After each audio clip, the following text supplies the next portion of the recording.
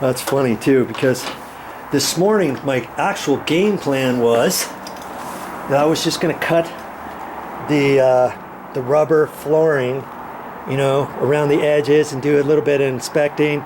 Take this thing out. I knew I was going to do that. Take that little bit of the 2x6 blocking out, and then I was going to start cutting up all this wood, you know, and put it in the bags. See how big this bag is? This is the IKEA bag. I've got 2 of these bags, and I was talking to Momi, and she says, "You're not going to use all our bags for that because it might have some fungus and mold and all kinds of other stuff in there." And I said, "No, I'll just use 1, or maybe I'll use 2. But after I get done with these, of course I'm going to clean them out before I put them back in the garage, and I'll fold them up nicely. And guess what I'm going to use to clean it with? Of course, Simple Green. I'll spray it all down with Simple Green, and I'll rinse it out with some water, and then I'll set it out in the sun to dry before I put it away. Clean up after yourself, and leave these bags exactly how you found them, just like this one." Okay.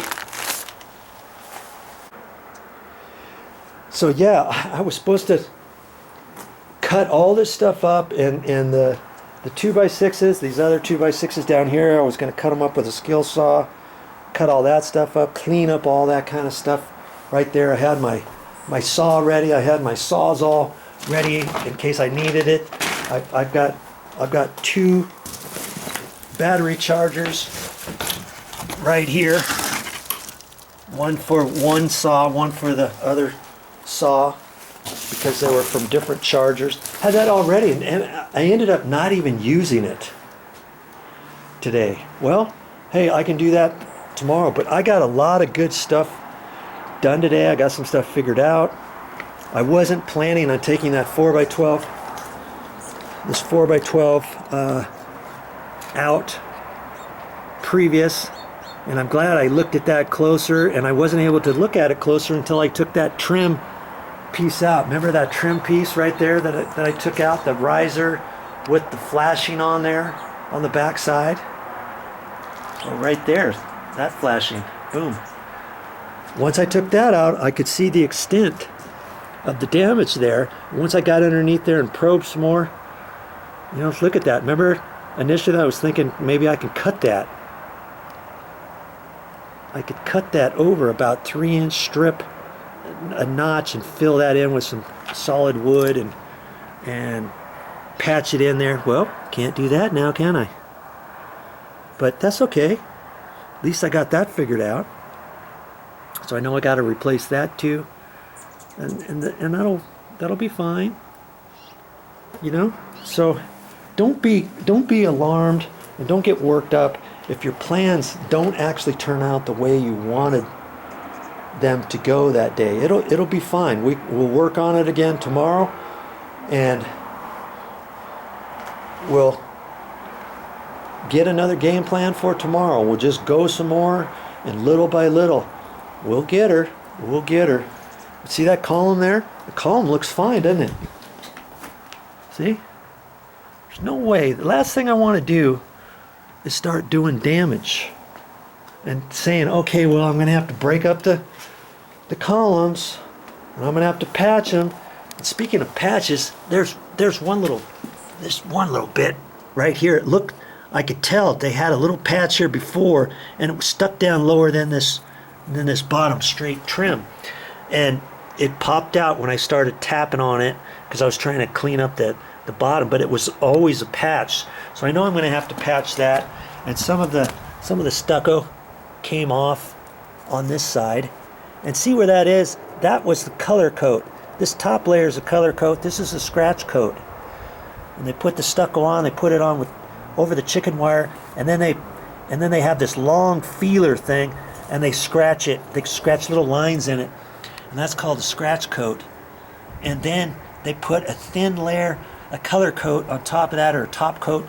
Generally they call it a color coat because lots of times they'll have the actual color of the stucco in with the stucco.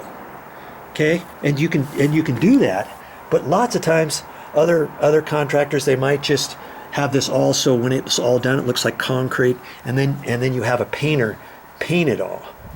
Okay, so there's two different ways. The thing about a color coat, if you have a color coat, you actually put the color in the stucco, everything looks fine, but later on down the road, if you ever have to patch your stucco, or if you get some rust areas in it, see that little rust area right there? If you get any rust areas or marks or something, streaks that are coming down on it, and you want to touch it up with paint, you don't have any paint because it was a color coat, and no matter what you do to try to match it, it's not going to match. But if you painted all your stucco, then chances are you're going to have some of that paint left in order to paint some of your patches and that kind of thing later on. Okay, enough of that for now. Joe's got to get back to work. I'll just show you really quick. I put a screw in here. I just took my tape measure and measured down 6 inches from the top of the actual 2x6, and I measured down 6 inches, put a pencil mark, and how did I get the hole for that? I just used a crummy nail set. See, like that. And I just tapped it gently, tap, tap, tap, tap, tap. I made a little starter hole. Then I took a screw I had in my nail bag. You can use a 3-inch, 2.5-inch coarse sheetrock screw. And then I went over to this other side over here, and all I had to do was put a pencil mark. Where is it? Right there. Okay? And I didn't want to make it 5.5 inches perfect, because this stuff I'm just going to tap it off with my hammer, and I'll probably use I do a hammer at the top a little bit with my hammer, and then I'll do it with the claw a little bit, tap, tap, tap, tap, tap, tap, tap, tap, tap, tap. And as long as I get it close to the string, I'm fine. You say, string? What string? Well, that's what I was going to show you. Let's get you reset up here. I got my chalk line. I put chalk in it earlier. This is my chalk line. It's got a little hook on it, blue chalk in it. I'm just going to put that upside down. See, it's got a little hook on it. I can't really put it on a hook. I'll just put it on the hole. And that hole, I just put right over the screw head. See, like that. And then I'm going to pull this out. And I don't need anybody to help me, do I? I just get up here on my ladder, and I'm going to hold this chalk line away from the wall. Okay? I'm going to pull it up here. You can't see where I'm at, but I'm holding it on the pencil mark. I'm holding it with my thumb, and I'm going to snap it. Depending how much chalk you have in it, you can snap it twice, once, whatever. There. That's how I do that. And of course, I'm not going to leave my screw in there. Forget that. I'm going to put that back in my nail bag the next time I need it. See? This screw, it's kind of like a sheetrock screw. It's a coarse threaded screw. It's probably 2.5 inches long. And I got all kinds of different things in my nail bag. Okay? So now I'm just going to get up there, tap, tap, tap with my hammer. And, you know, this part was already loose.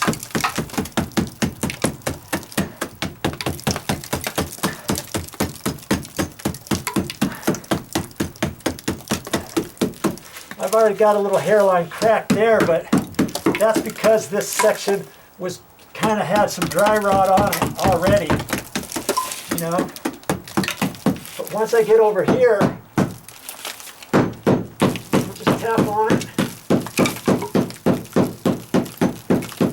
put my hammer handle at on the edge, sideways, kind of. then from here up I can do it.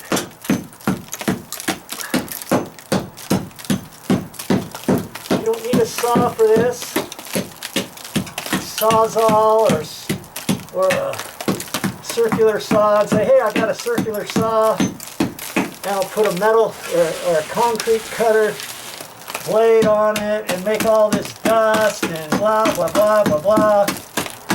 And oh, I gotta run to the store because I don't have one of those blades, and the store I went to, they didn't have it in stock, so I had to drive over somewhere else.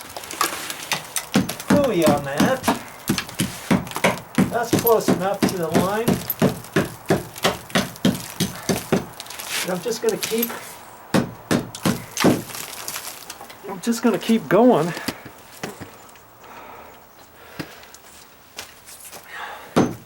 I guess I can do it from down here. I was going to get up on the ladder. See, if I'm up on the ladder, I don't have this dust coming into my face. My face can be up above the dust bowl. Right? Look, let me get up there. Now I don't have to smell that dust. I can get up here. Just tap, tap, tap, that's all.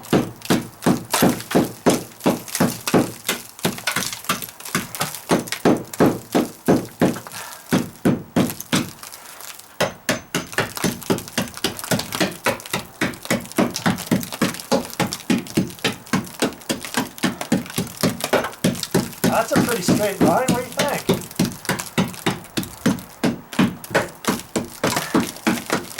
There anyways. See, that was already loose because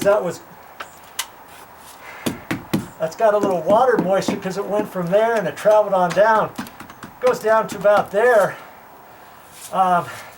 Fortunately, all the water kind of got into that. And see, that's our end plate. That's a 2x, it's probably a 2x12 on edge. So it's 1.5 inches thick. This is nice and solid. There's no real dry rot on that I can see.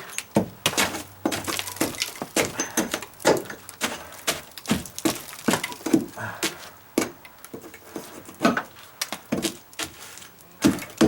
don't want to get too rambunctious because before I dig most of this off, I had some of the stucco wire pulled off right in here from before.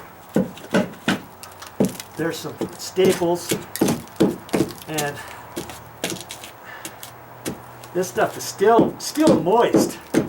So where the nails are, I'll have to pull those out. But what I was going to tell you is, let me get a little bit further, and I'll show you what I do to get rid of this wire. You see, I want to get rid of this wire now, and then I can peel this paper back and all that. Got my dust mask on, I got my glasses on, I got my earplugs on.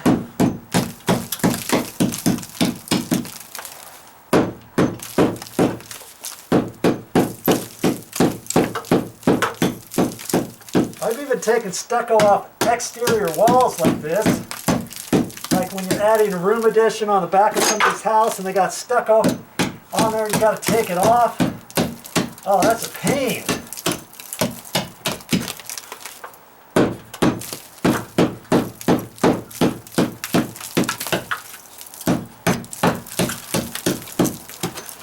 Now let's say we want to get this wire off. And there's a few staples in here, but we can get that off of the staple, maybe, maybe not.